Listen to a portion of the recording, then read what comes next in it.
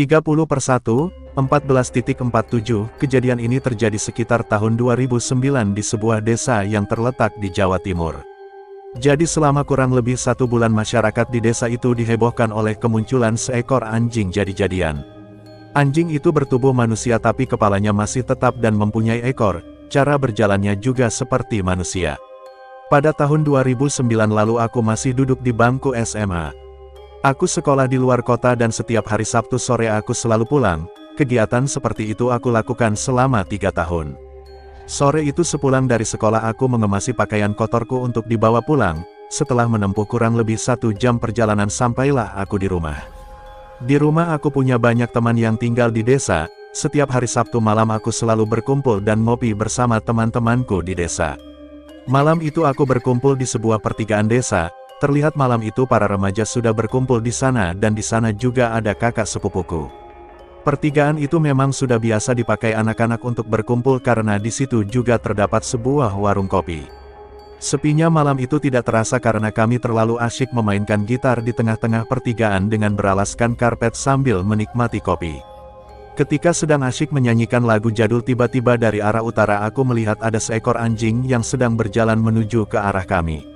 Melihat keberadaan anjing itu aku memberitahu yang lain dan spontan mereka, yang ada di situ langsung melihat ke arah anjing yang kumaksud. Mereka semua terlihat kaget, karena sejak dulu di desa ini tidak pernah ada warga yang memelihara anjing. Anjing itu terus berjalan ke arah kami dan tidak lama kemudian belok masuk ke dalam gang rumah warga yang cukup sempit. Karena penasaran aku dan beberapa orang lainnya berlari mengejar anjing tersebut dan mengikutinya masuk ke dalam gang di antara rumah warga. Tapi pas kita sampai di gang tersebut tiba-tiba anjing tadi sudah tidak ada. Kami berpikir mungkin anjing itu sudah lari entah kemana dan kami beranggapan kalau mungkin itu adalah dari desa sebelah. Kami kembali ke tempat tongkrongan dan lanjut menyanyikan lagu jadul sambil menikmati kopi. Karena malam itu malam semakin larut aku berencana untuk pulang dan meninggalkan mereka yang masih asyik nongkrong di pertigaan. Hari Sabtu berikutnya aku pulang karena ada libur cukup lama setelah 1 minggu kemarin aku bergelut dengan soal ujian. Aku kembali nongkrong di tempat yang sama dengan orang yang sama. Ya maklum kalau di desa gini nongkrongnya ya di pertigaan kadang juga di perempatan dan malam itu kami kembali menjumpai anjing yang seminggu lalu sempat berkeliaran di desa ini. Tapi kali ini terlihat sedikit aneh karena ukuran anjing itu sangat besar seukuran kambing dewasa. Anjing itu sedang duduk di tengah-tengah pertigaan satunya yang jaraknya sekitar 100 meter dari pertigaan tempat kami nongkrong itu. 30/1/14.48 Melihat ada kejanggalan dengan anjing itu kami semua langsung lari mendatanginya untuk menangkapnya. Tapi anjing itu berlari sangat cepat menuju ke arah yang sama yaitu gang sempit di antara rumah warga. Sesampainya kami di gang tersebut anjing itu menghilang lagi. Karena tidak menemukannya kami memutuskan untuk kembali lagi ke tempat tongkrongan. Sesampai di tempat tongkrongan kami saling mengobrol dan menyusun rencana untuk menyergap anjing misterius itu. Anehnya, setelah kami menyusun rencana itu anjing misterius sudah tidak menampakkan dirinya selama 2 malam. Nah karena 2 malam kami tidak melihat anjing itu kami pun menganggap mungkin anjing itu sudah tidak berani masuk ke desa ini lagi. Hari demi hari berganti dan kami masih nongkrong di tempat yang sama. Pada suatu malam kami kedatangan teman dari desa sebelah yang malam itu datang untuk ngopi di tempat tongkrongan kami, seperti biasa. Kami nongkrong hingga larut malam sambil main gitar. Waktu sudah menunjukkan pukul 2 dini hari teman kami yang dari desa sebelah itu pamit untuk pulang, tapi belum lama dia meninggalkan kami yang masih asyik main gitar tiba-tiba dia datang lagi dengan keadaan panik. Kakak sepupuku yang biasa ku sebut Arif bertanya, "Kenapa balik lagi bro? Gila, di sana ada anjing gede banget, seukuran anak sapi," jawabnya dengan panik. "Serius, di mana emang?" tanya Arif. "Itu di depan musola, di bawah pohon tewel," jawabnya dengan keadaan yang sama. Di tengah-tengah desa itu memang terdapat sebuah musola kecil dan pohon tewel di depannya. Tewel itu sejenis nangka tapi ukurannya lebih kecil dan buahnya bisa digunakan untuk sayur. Arif selaku ketua Karang Taruna di desa itu merasa khawatir dengan kemunculan anjing tersebut, lalu dia mengajak kami semua untuk menjalankan rencana yang sudah kami susun berapa hari yang lalu untuk menyergap anjing misterius itu. Dia mengajakku untuk ikut bersembunyi di dekat gang yang biasa anjing itu menghilang dan meminta 2 orang lagi untuk menunggu di ujung gang tersebut, sementara yang lain diminta untuk berjalan ke musola yang terdapat anjing misterius tadi. Semua rencana sudah siap, beberapa orang berjalan menuju ke musola tersebut. Sesampai di sana ternyata benar, mereka melihat sosok anjing yang besarnya seukuran anak sapi itu sedang duduk tenang di bawah pohon tewel. Melihat kedatangan mereka, anjing itu langsung lari dengan cepat, sepertinya anjing itu berbobot sangat berat karena terdengar jelas suara langkah kakinya ketika berlari. Mereka pun berlari dan mengejarnya dan anjing itu berlari masuk ke dalam gang yang biasa dia menghilang. Rencana berjalan dengan mulus, melihat anjing itu masuk gang, aku dan Arif mengikutinya ke gang tersebut sedangkan di ujung gang sudah ada dua yang siap untuk menghadang. 30/1, 14.48 ketika kami semua sudah siap untuk menyergap, tiba-tiba anjing itu tidak terlihat. Karena memang gang itu sangat gelap, Arif menyalakan senternya untuk mencari keberadaan anjing tersebut, tapi saat itu kami tidak melihat keberadaan anjing itu, dia menghilang lagi entah kemana. Padahal tadi terlihat jelas dia masuk ke dalam gang ini. Dua orang yang siap menghadang di ujung gang itu juga tidak melihat anjing itu lari keluar gang. Melihat kejanggalan ini kami mengira mungkin itu bukan benar-benar anjing, mungkin itu anjing jadi-jadian yang sengaja digunakan warga untuk pesugihan. Ada salah seorang warga yang kami curigai, karena tempat menghilangnya anjing tersebut tepat di dekat gang rumah orang itu, tapi kami tidak berani mengambil kesimpulan karena takut dibilang fitnah. Keesokan harinya Arif mengajakku untuk melaporkan hal ini pada Bapak Kepala Dusun. Kami menceritakan semua tentang anjing yang tiba-tiba muncul dan menghilang secara misterius itu. Mendengar laporan dari kami, Bapak Kepala Dusun mengambil keputusan untuk mencari orang pintar, bukan orang yang tahu, tapi orang pintar. Beliau pergi ke desa seberang untuk meminta bantuan, karena di sana beliau punya kenalan orang pintar. Sesampai di desa seberang beliau diberi wejangan dan pulang membawa wejangan itu. Wejangan berarti petunjuk. Sesampai kembali di kampungnya beliau menemui Arif dan memberikan wejangan itu kepadanya untuk dijalankan. "Le, kowe gelem menjupuk syarat iki," ucap Bapak Kepala Dusun. "Nak, kamu mau ambil syarat ini?" "Mau Pak, saya siap menjalankan perintah Bapak," jawab Arif dengan tegas. "Tapi syarat iki abot Le, sing jelas iki bakal ake godane kanggo wong dewe," jelas Bapak Kepala Dusun. "Tapi syarat ini berat Nak. Pastinya bakal banyak cobaannya untuk kita berdua. Kalau Bapak yakin saya bisa, saya akan lakukan," jawab Arif dengan yakin. Tepat malam Jumat Legi dalam kalender Jawa, Arif berniat berangkat untuk mengambil syarat tersebut ke desa seberang, karena syarat yang dimaksud, adanya hanya di sana. Sebelum berangkat aku sempat menawarkan diri untuk menemani tapi dia tidak mau karena syaratnya harus diambil dia sendiri. Sekitar habis maghrib, sebelum berangkat tiba-tiba terdengar berita dari speaker masjid kalau ibu dari Bapak Kepala Dusun meninggal dunia. Ini sudah merupakan halangan pertama yang sudah dialami. Mendengar berita itu Arif segera datang ke rumah Bapak Kepala Dusun dan bertanya, "Gimana nih Pak, jadi berangkat nggak?" "Tetap berangkat Nak, demi keamanan desa, yang mengurus jenazah biar warga kampung lainnya saja," jawab Bapak Kepala Desa. Mendengar jawaban Bapak Kepala Dusun, Arif bergegas berangkat dengan mengendarai motor jadulnya seorang diri. Di pertengahan jalan, tepatnya di tengah hutan, tiba-tiba ban motornya Arif bocor, lalu Arif menuntun motornya kembali ke kampung yang sebelumnya dia lewati untuk mencari tukang tambal ban, dan syukurlah malam itu masih ada tukang tambal ban yang masih buka. Setelah sudah selesai Arif lanjut berkendara hingga sampai di tempat yang ditujunya. Setelah dia mendapatkan syarat yang berupa tanah lembut, dia kembali pulang dan menggenggam tanah itu sepanjang jalan. "Aku tidak tahu itu tanah apa," menurut cerita dari Arif, syaratnya tanah itu harus digenggam hingga sampai di rumah. Di tengah perjalanan pulang Arif mengalami gangguan lagi, ban motornya meletus tepat di tempat bannya bocor ketika dia berangkat tadi. Karena memang sudah meletus dan tidak bisa ditambal, terpaksa Arif menuntun motornya sambil menggenggam tanah itu sampai ke rumah. Sesampai di rumah dia memberikannya pada kepala dusun dan beliau meminta agar tanah ini disebarkan di tempat yang biasa dilewati anjing misterius itu.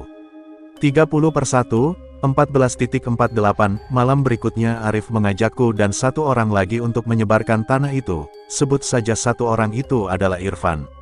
Kami bertiga berjalan keliling kampung dan menaburkan tanah itu di tempat yang biasanya kami melihat anjing itu misterius itu, termasuk di pertigaan sebelah, di bawah pohon tewel depan musola, di dalam gang sempit dan di halaman sekolahan, karena sekolahan itu terletak di ujung gang biasa anjing misterius hilang. Setelah selesai tidak lupa kami berdua nongkrong di tempat biasa kami nongkrong. Malam itu Arif merasa penasaran dengan hasil yang sudah kami lakukan tadi, dia mengajakku dan Irfan untuk pergi ke sekolahan, selain tempatnya luas di sana juga lebih sepi. Setelah sampai halaman sekolahan kami duduk berjajar di tengah halaman sekolahan sambil menghisap sebatang rokok. Nah, belum sampai rokok yang kami hisap ini habis tiba-tiba kami mendengar ada suara ledakan yang sangat keras, seperti suara petasan dan suara itu bersumber dari arah pojok selatan timur sekolahan. Mendengar suara itu spontan kami semua kaget dan menoleh ke arah sumber suara itu. Ketika kami noleh tiba-tiba aku melihat ada sosok putih yang melintas cepat menuju ke arah pojokan sebelah utara timur sekolahan. Sesampainya sosok putih itu di pojokan sebelah utara timur kami mendengar lagi suara ledakan yang sangat keras dari sana. Lalu sosok putih itu melintas lagi dengan cepat ke arah pojokan sebelah barat utara. Sesampai di sana suara ledakan itu terdengar lagi dan kali ini semakin keras. Setelah suara ledakan yang ketiga itu, tiba-tiba kami mendengar ada suara orang sedang merintih kesakitan dari arah di mana ledakan terakhir kami dengar. Tidak lama kemudian, krek, pintu pagar sekolahan tiba-tiba bergerak pelan dan menutup dengan sendirinya. Melihat kejadian aneh itu kami semua saling memandang dan jujur saja, aku merasakan takut yang sangat luar biasa. Irfan mengajak kami untuk lari meninggalkan tempat ini karena takut, tapi Arif mencegah kami. Dia memegang erat tanganku dan Irfan. "Tenang, jangan takut, aku mau tahu apa yang selanjutnya terjadi," ucap Arif dengan gemetar, tangannya memegang erat tanganku dan Irfan.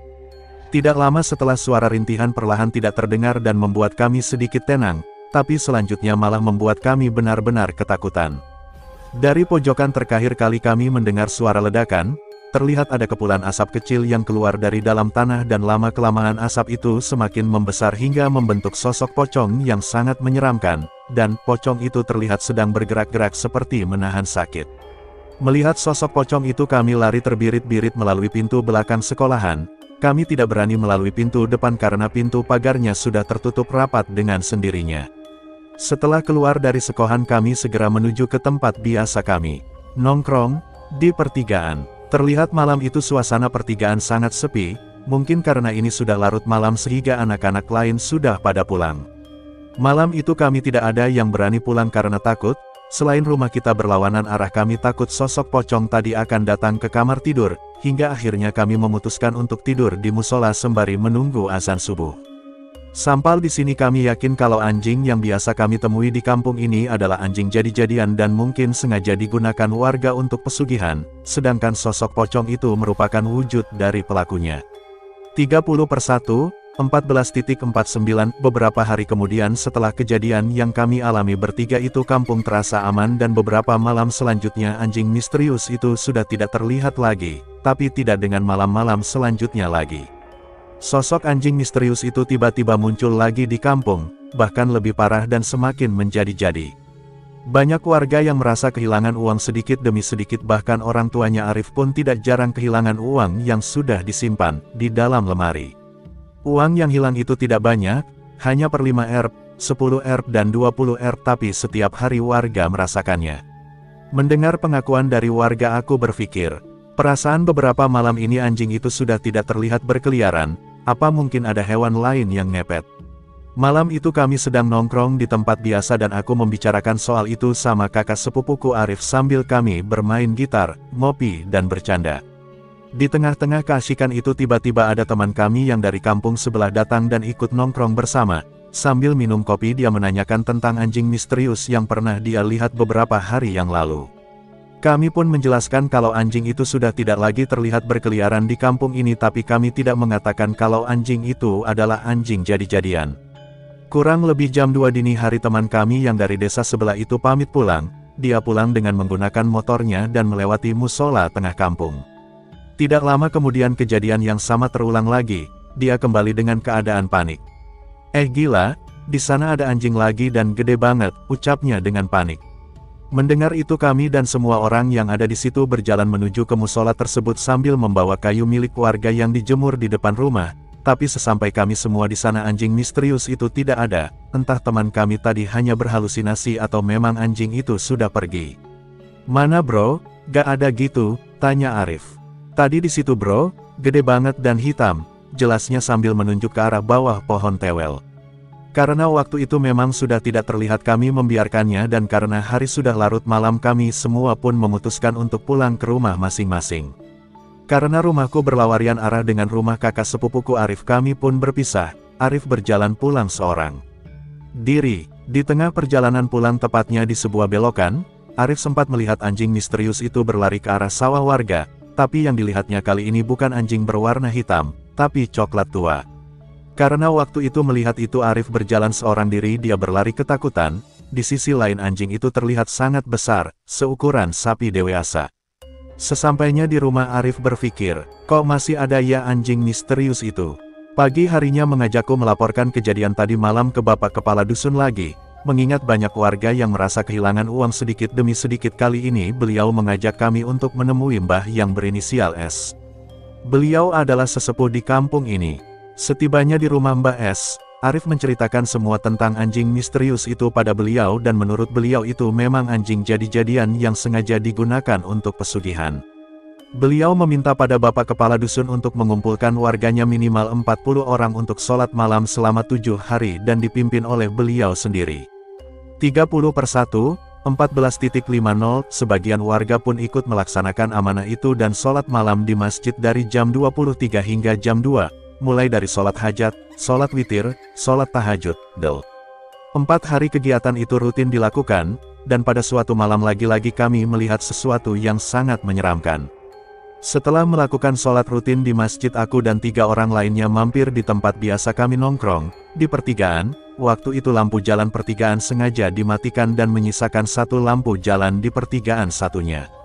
Kurang lebih pukul 2.30 dini hari kami berempat melihat anjing misterius itu datang lagi di pertigaan satunya yang lampu jalannya tidak dimatikan. Pertigaan itu berjarak kurang lebih 100 meter dari sini. Melihat itu kami semua bersembunyi di balik pagar tembok warga dengan tujuan mengawasi gerak-gerik anjing misterius itu. Tahu nggak apa yang dilakukan anjing misterius itu? Dia terlihat sedang duduk tenang sambil menoleh kanan kiri. Tidak lama kemudian badannya semakin membesar dan berdiri layaknya manusia. Badannya berupa manusia tapi berkepala anjing dan berekor. Setelah berdiri dia melangkah ke pinggir jalan dan mematikan lampu pertigaan jalan. Melihat kejadian itu kami semua benar-benar merinding karena jujur saja, baru kali ini kami menyaksikan kejadian yang sangat tidak masuk akal seperti itu. Setelah lampu itu dimatikan kami tidak bisa melihat anjing itu lagi karena gelap. Lalu Arif mengajak kami semua untuk berjalan pelan-pelan ke arah pertigaan itu. Jalannya sangat gelap karena lampu jalan sebelumnya sengaja dimatikan. Pelan-pelan kami berjalan menuju ke sana. Sesampai di sana kami berempat dikejutkan oleh beberapa ekor anjing yang sedang berkumpul di depan rumah salah satu warga, yaitu rumah warga yang kami curigai sebelumnya. Kumpulan anjing itu berwarna coklat, hitam, belang, putih, DCB. Sekumpulan anjing itu sepertinya merasakan kedatangan kami hingga akhirnya, sekumpulan anjing itu bubar berlari ke berbagai arah. Melihat itu kami semua kaget dan kala itu aku berpikir, apa mungkin pemilik rumah itu yang benar-benar menggunakan pesugihan? Tapi sekali lagi karena takut dibilang fitnah, aku tidak mau menyimpulkannya dulu, begitupun dengan teman-temanku. Singkat cerita, malam itu tepat malam ke-7 kami melakukan sholat rutin di masjid. Setelah selesai sholat, Mbak S selaku sesepuh di kampung itu meminta para jamaah untuk tidak pulang dulu dan mengajaknya membaca sholawat sambil berjalan mengitari kampung. Perjalanan mereka menjadi 4 titik karena tujuannya adalah ke setiap sudut pojok kampung. Mbak S meminta para pemuda untuk berjalan di barisan depan, sedangkan mereka yang tua mengawalnya di belakang. Sebelum berjalan Mbak S sempat berkata pada jamaah, "Iki mengko ono salah siji teko. Awak dewe, sing bakal nyawang kedadean gede. Sing sakdurunge durung tahu diweruhi. Ini nanti akan ada salah satu dari kita, yang akan melihat kejadian besar, yang sebelumnya belum pernah dilihat." Mereka mulai berjalan dari titik 1 hingga ke titik 4 sambil bersolawat. Sesampai di titik 4 mereka berhenti dan Mbak S mengambil segenggam tanah yang diinjaknya kemudian ditiup. Setelah beliau meniup tanah itu, aku melihat kakak sepupuku Arif ini tercengang, matanya melotot ke arah barat dan tanpa berkata apapun. Sekujur tubuhnya kaku, beberapa aku memanggilnya tapi sepertinya dia tidak bisa mendengarku. 30/1, 14.50, tidak lama setelah itu kakak sepupuku Arif akhirnya meresponku dan terlihat Mbak S berjalan mendekati Arif sambil berkata, "Le, wes yo, kowe sing dadi saksi nek kampung iki wes resik tur adem." "Nak, udah ya, kamu yang menjadi saksi kalau kampung ini sudah bersih dan adem." Setelah ritual malam itu para jamaah pulang ke rumahnya masing-masing. Sambil berjalan pulang aku bertanya pada kakak sepupuku Arif tentang kejadian yang membuatnya tercengang tadi. Katanya, tadi dia melihat ada air yang sangat besar bagaikan tsunami dan akan menyapu bersih kampung ini sekaligus dirinya, tapi ketika air sudah menyapu kampung itu seketika Arif sadar, dan melihat sekitar ternyata tidak ada apa-apa. Setelah ritual malam itu anjing misterius sudah tidak pernah muncul lagi di kampung dan ternyata itu memang benar anjing jadi-jadian yang dipakai untuk pesugihan oleh warga setempat. Pelakunya memang sangat kuat, ilmu hitam itu didapatkan dari sebuah gunung keramat di Jawa Timur. Sampai sekarang pelakunya masih hidup tapi anggota tubuhnya sudah tidak utuh, akibat kejadian di sekolahan itu. Kami dan semua warga sengaja diam dan tidak menegur atau menanyakan hal itu pada pelakunya. Yang terpenting kami semua sudah tahu dan kampung kami sudah aman. Di sisi lain si pelaku pesugihan itu mendapat akibat atas perbuatannya. Selesai.